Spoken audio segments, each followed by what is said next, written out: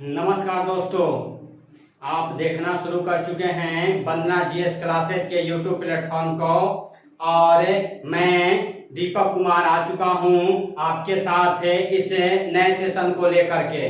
जैसा कि आप जानते हैं, हम लोग स्टेट एग्जाम की तैयारी कर रहे हैं। बिहार सरकार के द्वारा जो स्टेट एग्जाम लेने की घोषणा की गई है, उसी की तैयारी चल रही है इस वंदना क्लासेज के यूट्यूब प्लेटफॉर्म पर। और इसमें हम लोग आज इस चाइल्ड डेवलपमेंट एंड पेडागोजी के सेशन को लेकर के आए हैं। यहाँ बाल विकास और शिक्षा शास्त्र से संबंधित सेशन को लेकर के आए हैं। जैसा आप जानते हैं कि 50 नंबर का जो यह है दूसरा पार्ट पूछा जाएगा, उसमें रीजनिंग और यह बाल विकास से संबंधित क्वेश्चन होंगे।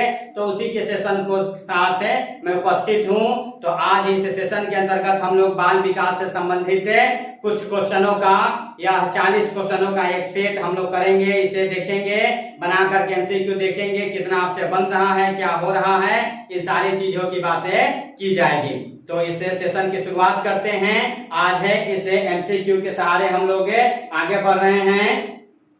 तो इसमें पहला जो क्वेश्चन आपका आ रहा है वह है क्वेश्चन है, बालकों में प्रदर्शन की भावना सर्वाधिक कब होती है? बालकों में प्रदर्शन की भावना किस अवस्था में ज्यादा होती है? तो आपका उत्तर होगा किशोरावस्था। या किशोरावस्था का समय होता है जब बच्चों में अंतर्द्वंद की भावना भी सबसे ज्यादा होती है। वह है समझते हैं कि हम बड़े हो गए, जबकि उनके गार्जियन, उनके अभिभावक समझते हैं कि वह अभी बच्चा है। और यह अंतर्द्वंद का समय सबसे ज्यादा कहा जाता है, किशोरावस्था का समय है। इस दौरान बच्चे अपने आप को ज्यादा प्रदर्शित करते हैं, ज्यादा भावना वह प्रदर्शित करते हैं। इसीलिए यह क्वेश्चन बनते रहता है, प्रदर्शन की भावना कब सबसे ज्यादा होती है?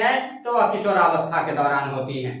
अगले क्वेश्चन की बात की जाए कि बालकों में विद्रोह की भावना सर्वाधिक कब होती है? तो यह विद्रोह की भावना भी किशोरावस्था में ही होती है। इसी से संबंधित दूसरा क्वेश्चन पूछ लेता है। तो मैंने जैसा आपको बताया कि यह किशोरावस्था का जो समय है वह उसमें बच्चे समझते हैं कि हम बड़े हो गए, और उनके गार्जियन जो होते हैं वह समझते हैं कि नहीं, अभी बच्चा बड़ा नहीं हुआ है, वह अभी अपनी परिपक्व अवस्था में नहीं है और इन्हें लगता है कि हम बड़े हो गए। तो यह ऐसा अवस्था है जब यह अंतर्द्वंद का समय होता है।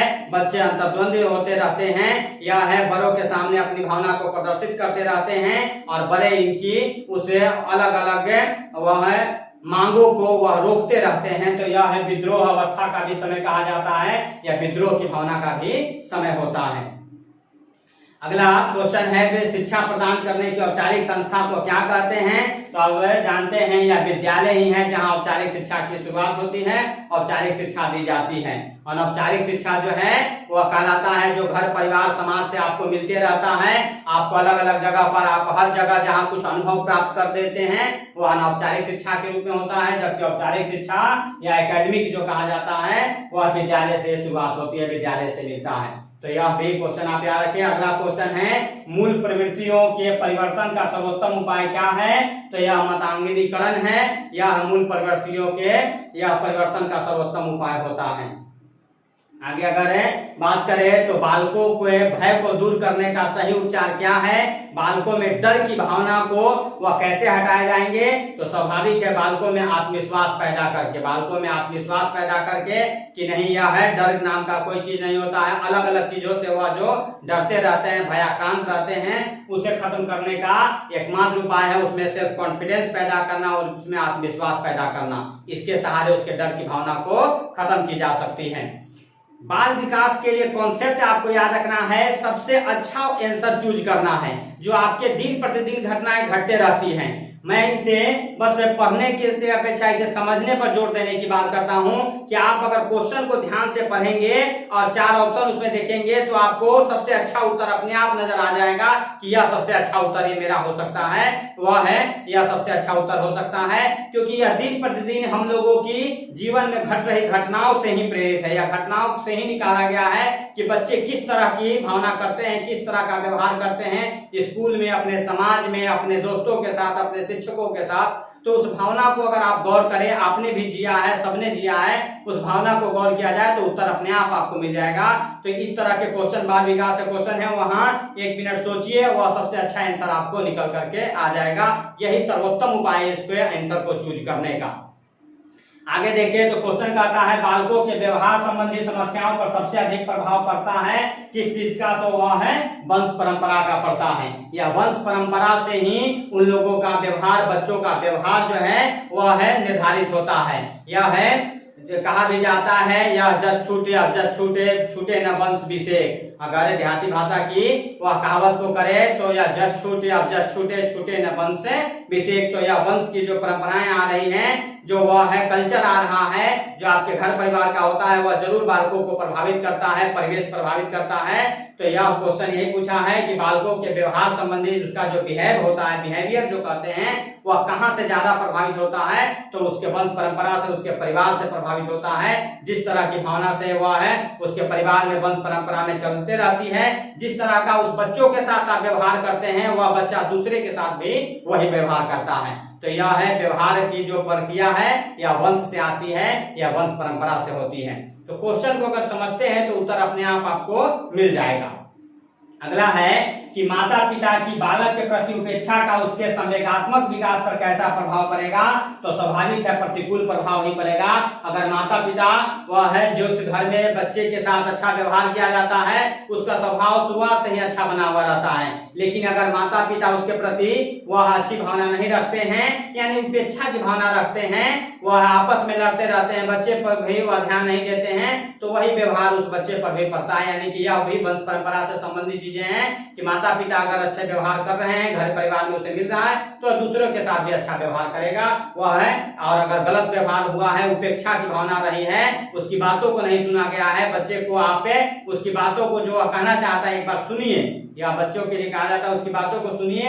अगर वह गलत है तो उसे बताइए कि नहीं यह बच्चा या बाबू यह गलत है, तो वह उससे को समझ जाएगा। लेकिन अगर आप डांट करके फटकार करके उसे उपेक्षित कर देंगे, उसकी बातों को ही नहीं सुनेंगे, तो वह उसके माइंड पर निगेटिव प्रभाव देता है। उसे लगता है कि नहीं हमारे साथ गार्जियन है, हमारे साथ नहीं है, जबकि दूसरे के गार्जियन, दूसरे के वह हमारे दोस्त के गार्जियन वह पापा उस सारी बातों को सुनते हैं। तो यह है एक तरह से उग्र भावना भी आती है। तो वह सारा चीज है एक दूसरे से रिलेट हो जाता है। अगर आप क्वेश्चन को ध्यान से पढ़ेंगे तो आपका क्लियर होता चला जाएगा।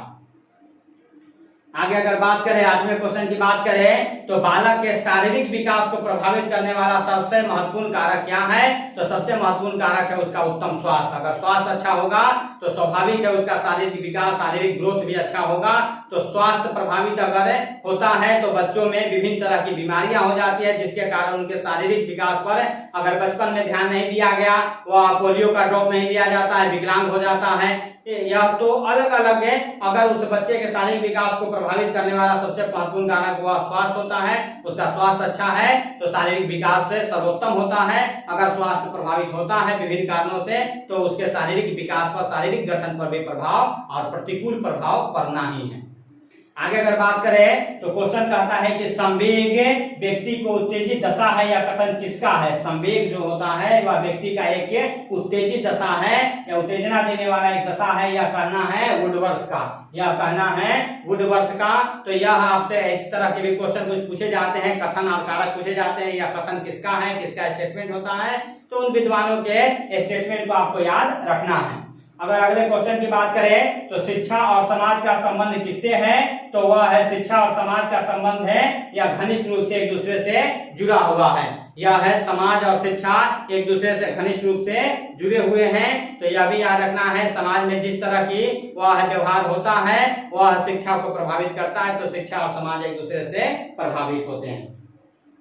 आगे अगर बात करें नैतिक शिक्षा का मुख्य उद्देश्य क्या है, तो नैतिक शिक्षा जो मोरल साइंस हम लोग पढ़ते हैं, बचपन से पढ़ाया जो जाता है, उसका उद्देश्य होता है बालकों के चरित्र निर्माण से वह कैरेक्टर को वह डेवलप करने की बात होती है। तो नैतिक शिक्षा के सहारे हम लोगों के कैरेक्टर को डेवलप किया जाता है। नैतिक शिक्षा की किताब में अगर आप पढ़े होंगे तो उसमें बताया जाता है शुरुआत से वह नीचे क्लासों वाले में वह है सुबह उठना है, माता पिता को प्रणाम करना है, वह है साफ सुथरा होना है, ब्रश करना है, नित्य क्रिया करना है, स्कूल जाना है। तो एक बच्चे को सिस्टमेटिक ढंग से तैयार करने की बात होती है। नैतिक शिक्षा के सहारे उसके चरित्र निर्माण और वह आदत में फिर शुमार हो जाता है। जिस तरह का वह व्यवहार शुरुआत से होने लगता है और वह उस व्यवहार को करने लगता है तो वह है आगे जन्म तक वह है अगले वह है आगे समय तक वह उसके साथ रहता है, उसी तरह का वह व्यवहार करता है। तो नैतिक शिक्षा के द्वारा बच्चों के मोरल डेवलपमेंट की बात की जाती है, चरित्र की वह विकास की बातें की जाती हैं।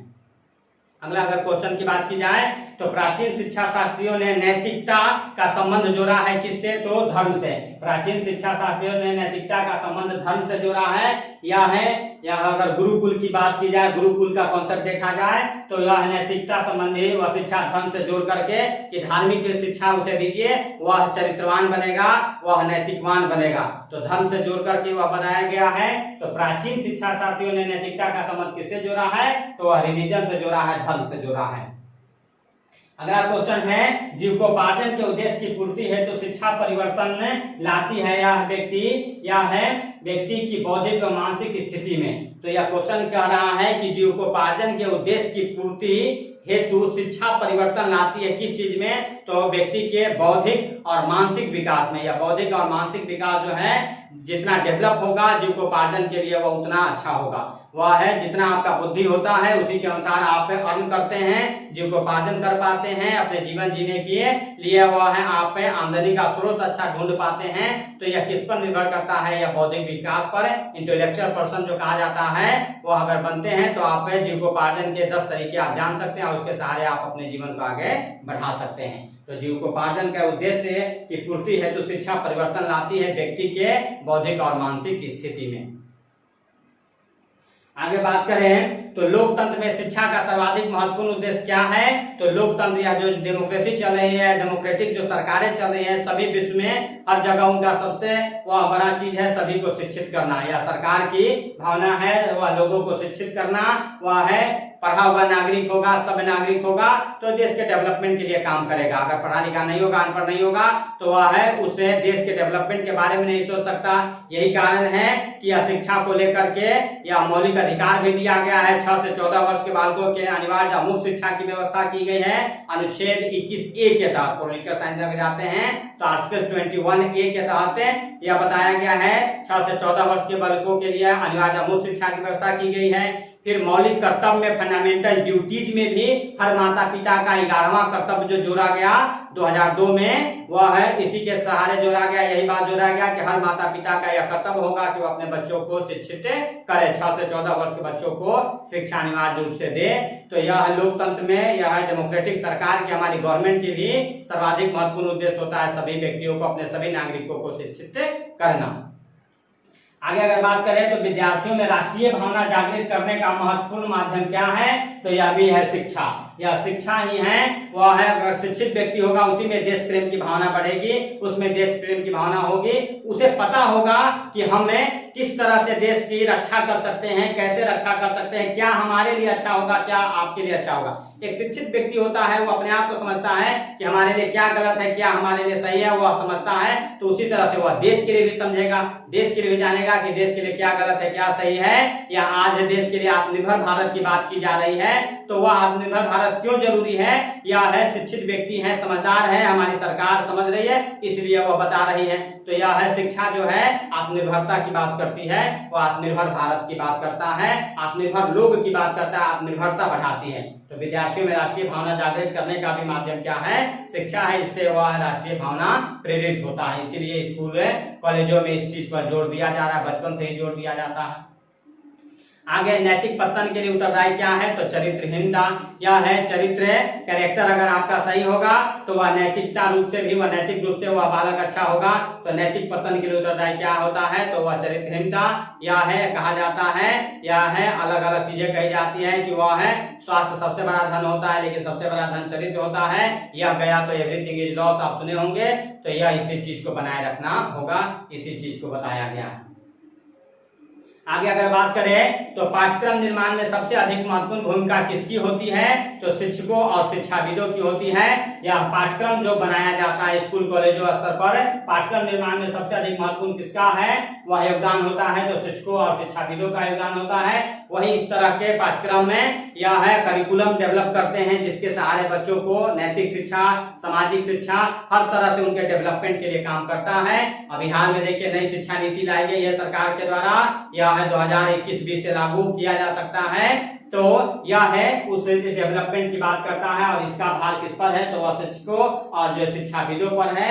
जो वह विद्वान व्यक्ति हैं वह लोग इसे तय कर रहे हैं, सरकार तय कर रही है। सरकार जो है व्यक्तियों का एक गठन करती है, विद्वान व्यक्तियों का, और वह तय करते हैं किस तरह का पाठ्यक्रम होगा जो स्कूल स्तर पर चलाया जाए, कॉलेज स्तर पर चलाया जाए।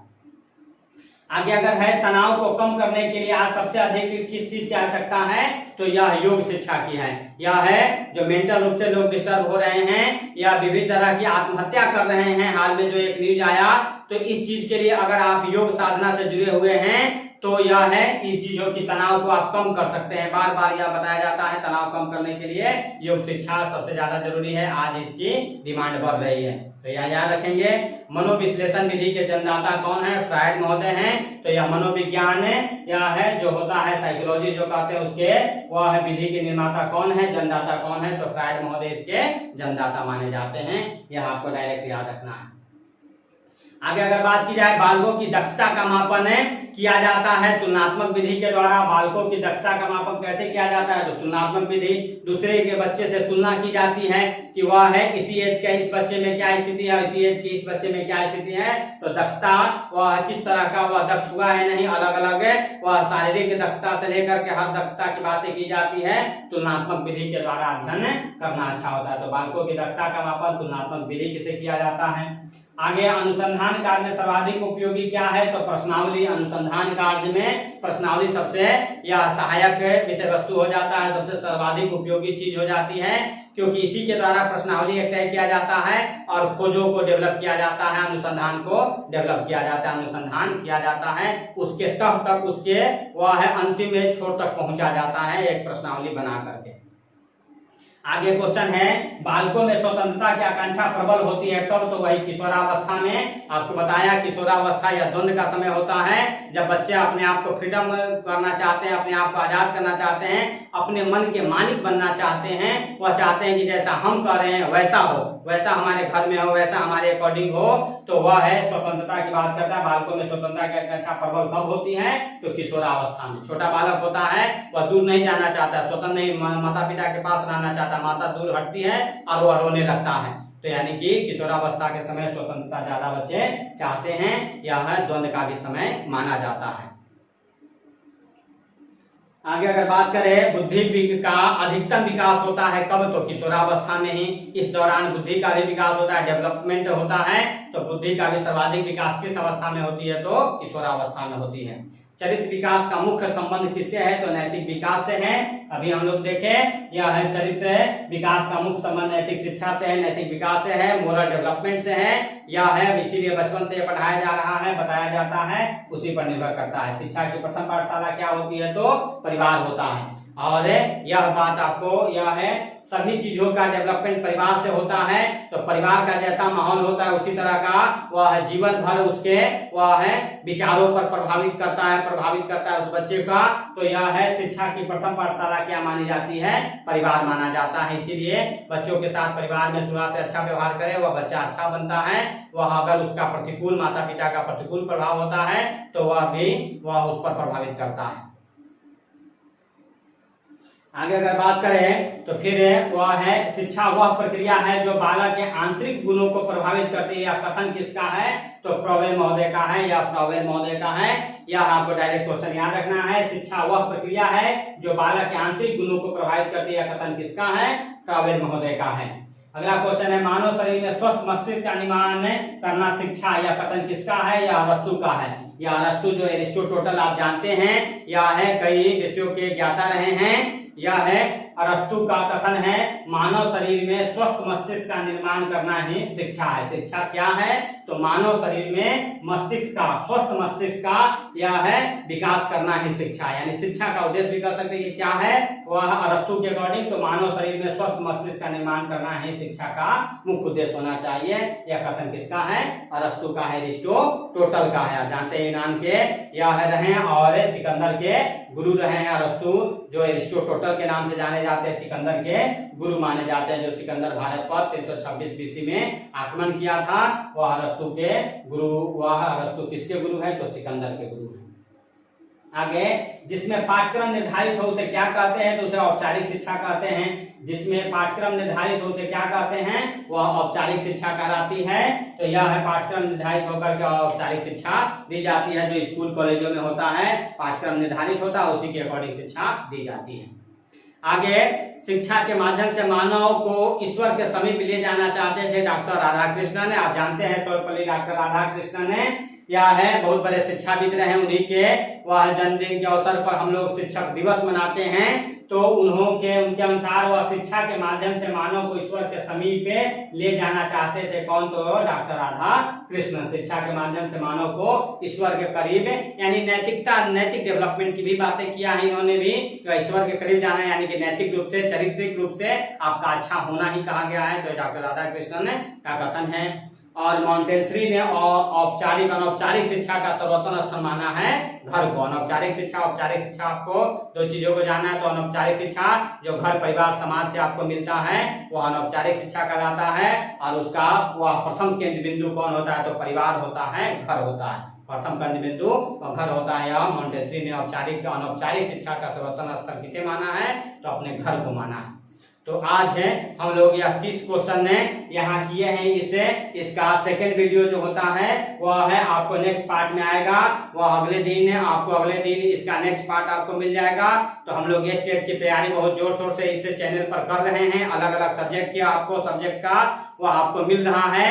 वह सोशल साइंस के अंतर्गत है, आपको अलग अलग सब्जेक्ट की तैयारी करवाई जा रही है। साथ ही इस 50 नंबर वाला जो पार्ट होता है इसकी भी तैयारी करवाई जा रही है।